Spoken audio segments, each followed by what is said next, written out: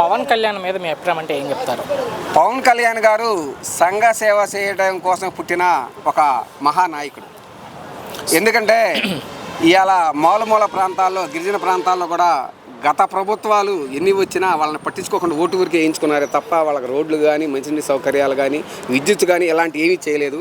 కళ్యాణ్ గారు వృద్ధిలోనే ఎప్పుడు రుద్దకూడదు, కొత్త తరహా వాళ్ళకి తీసుకురావాలి.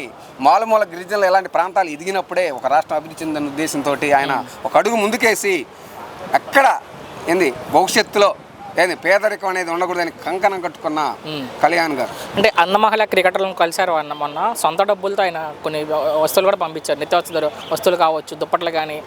ఆయన యొక్క సేవా దృక్పథంతో అన్ని అంగవైకల్యాలు ఉన్నవాళ్లే ఇలా సోమరిపోతులాగుండి ఏ చేయట్లేదు. వీళ్ళకి అంగవైకల్యం లోపం ఉన్నా వీళ్ళు చేసినటువంటి యొక్క కృషికి ఫలితానికి మనం ఏదో ఒకటి అనే ఉద్దేశంతో వాళ్ళకి ఒక్కొక్కరికి 5 లక్షలు ఇవ్వడం కాకుండా, వాళ్ళ గ్రామాలు రోడ్లు పోయటమే కాకుండా వాళ్ళకన్నీ చెయ్యాలి అనే ఒక సేవా దృక్పథంతో ఒక అడుగు ముందుకేసి వాళ్ళని రాష్ట్ర వ్యాప్తంగా పబ్లిక్ చేసి ముందుకు తీసుకెళ్ళడం. ఇలా కార్యక్రమాలు ఒక అంగవైకల్యం ఉన్న వాళ్ళు అనేవాళ్ళు ఎవరు ఉండకూడదు. గవర్నమెంట్ తరఫున వెంటనే జీవో అయితే పాస్ అయింది వాళ్ళు అడిగిన రోడ్డు కోసం. ఆయన సొంత డబ్బులు కూడా ఖర్చు పెట్టారు పవన్ కళ్యాణ్. ఇప్పటికి ఏం చెప్తారు? సొంత డబ్బులు కూడా ఖర్చు పెడుతున్నారు కాబట్టి.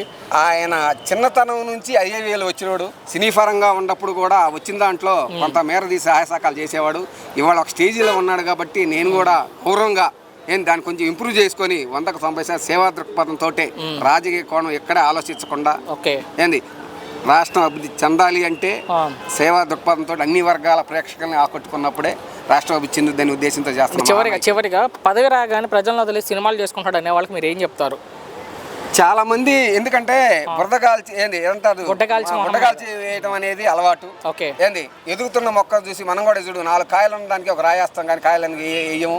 ఈ రాష్ట్రం అభివృద్ధి చెందడం కానీ, కళ్యాణ్ గారు అభివృద్ధి చెందడం కొంతమంది ఇష్టం లేని వాళ్ళే ఈ కార్యక్రమం అంటున్నారే తప్ప ఏంటంటే గత ప్రభుత్వంలో వాళ్ళ మనస్సాక్షిగా, ఎందుకంటే ఏ ప్రభుత్వాన్ని మనం ఎంచాల్సిన అవసరం లేదు. ఎందుకంటే జనాలు ఉన్నారు, వాళ్ళకి తెలుసు ఏ ప్రభుత్వంలో ఎలా జరిగింది ఏందనేది. ఆల్రౌండర్గా నేను చెబుతున్నా, ఏ నాయకుడు ఎవరు వచ్చినా మనకు రాజధానికి కావాలి మెయిన్. ఎందుకంటే ప్రతి ఒక్క రైతు బాగుపడాలన్నా, రైతు చెందాలన్నా నీటి జలాలు పెరగాలి. అందుకని పోలవరం కావాలి, ఈ మెయిన్ ఆప్షన్. కానీ యువత ముందుకెళ్ళాలి. ఏ రాష్ట్రం అభివృద్ధి చెందాలంటే ఫ్యాక్టరీలు కానీ వచ్చి జాబ్ పరంగా అప్పుడు డబ్బు వచ్చినప్పుడు సరిపోద్ది, కానీ మన డబ్బు మనం ఉంటే మన రాష్ట్రం అభివృద్ధి చెందదు.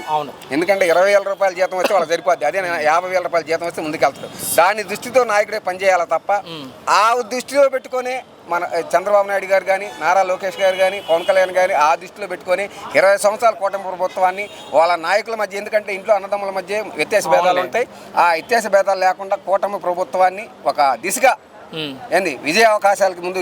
ఫైనల్గా ఒక్క మాటలో పవన్ కళ్యాణ్ గురించి ఒక్క మాటలో మీ అభిప్రాయం చివరిగా ఒక్క మాటలో ఏం చెప్తారు పవన్ కళ్యాణ్ గురించి? అంటే పవన్ కళ్యాణ్ ఈ రాష్ట్రానికి ఒక వరం లాంటిదని కూడా చెప్పుకోవచ్చు.